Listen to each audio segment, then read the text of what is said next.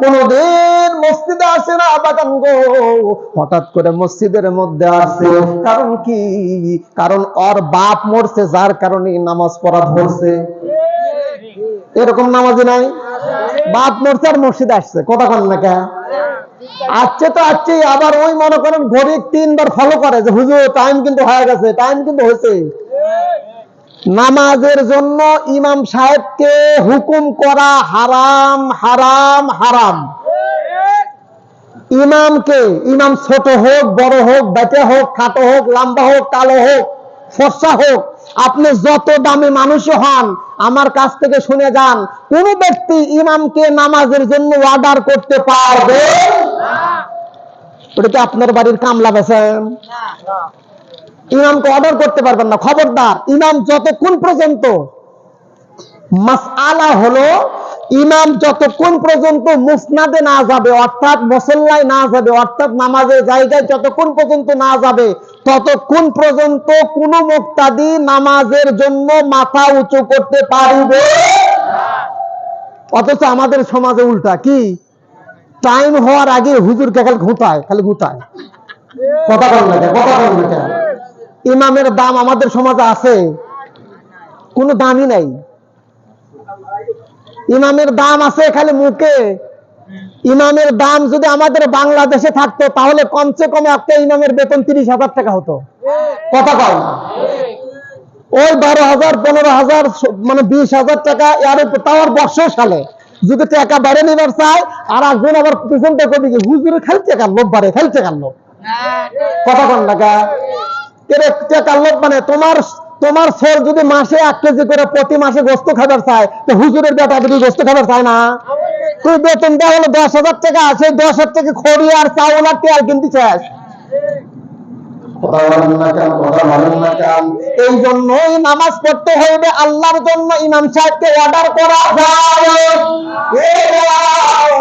খাঁটি ইমানদারদের গুণ কয়টা? 3টা।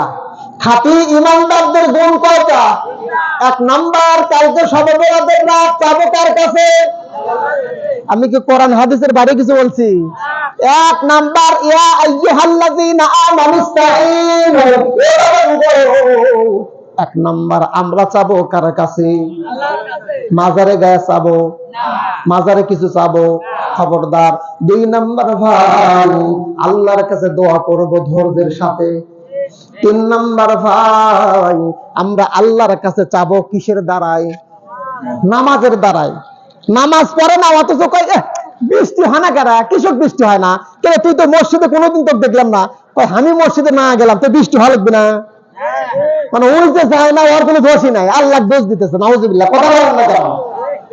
এই জন্যই আল্লাহর কাছে চাবো আমরা আমাদের যা দরকার। এই যুবকরা, তোমাদের যদি সুন্দরী মেয়ের দরকার হয়, কালকে সবে বরাতের রাতে আল্লাহ কবে, আল্লাহ একটা সুন্দরী মেয়ে দিও আমার।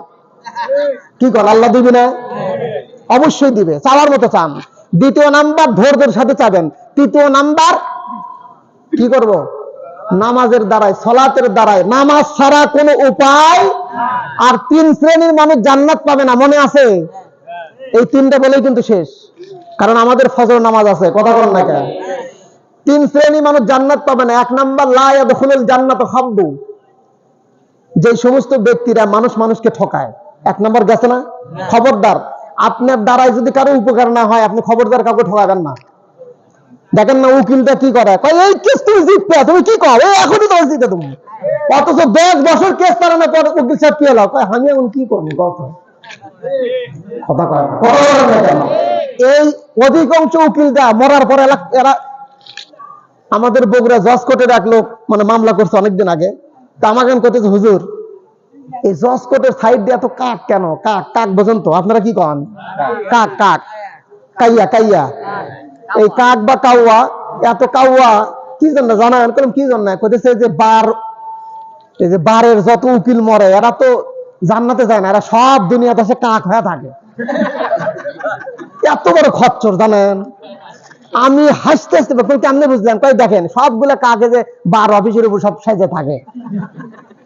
কাউয়াটা কইতেছে যে এরা দুনিয়া যতদিন ছিল, এই বার অফিসে যতদিন চাকরি করছে, যে কোনো মানুষ ঢোকা মাত্রই পা থেকে মাথা পর্যন্ত এরা খালি খালি দাও দাও দাও, কথা কয় না, কথা কয় না। অযথা একজনে যেমনি এক পরামর্শ দিয়ে ফাঁকি ফলাবি, কথা কয় না। এই জন্য এরা মরার পর এরা কাক হয়ে থাকে। বললাম যে আপনি এলে কই বানালা, কয় আমার তো তাই মনে হয়। কত বড় খচ্চর করে। খবরদার কাউকে ঠকাবো।